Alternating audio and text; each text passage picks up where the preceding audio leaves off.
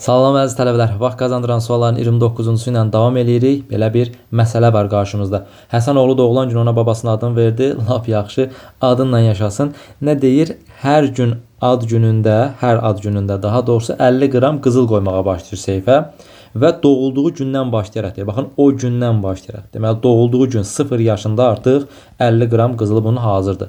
Deyir, illər ötdü, lap yaxşı.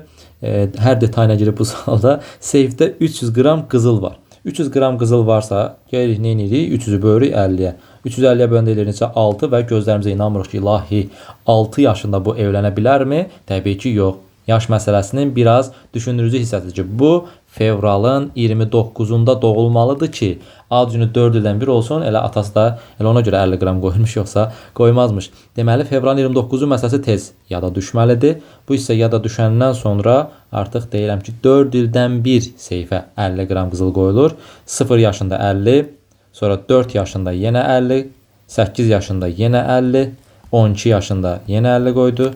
16 yaşında bir dənə də 50'lik qoydu. 20 yaşında bir dənə də 50 qram qoydu. Dayandı. Niyə? Çünki 300 qram yaranmalıdır. 50, 100, 150, 200, 250 və 300.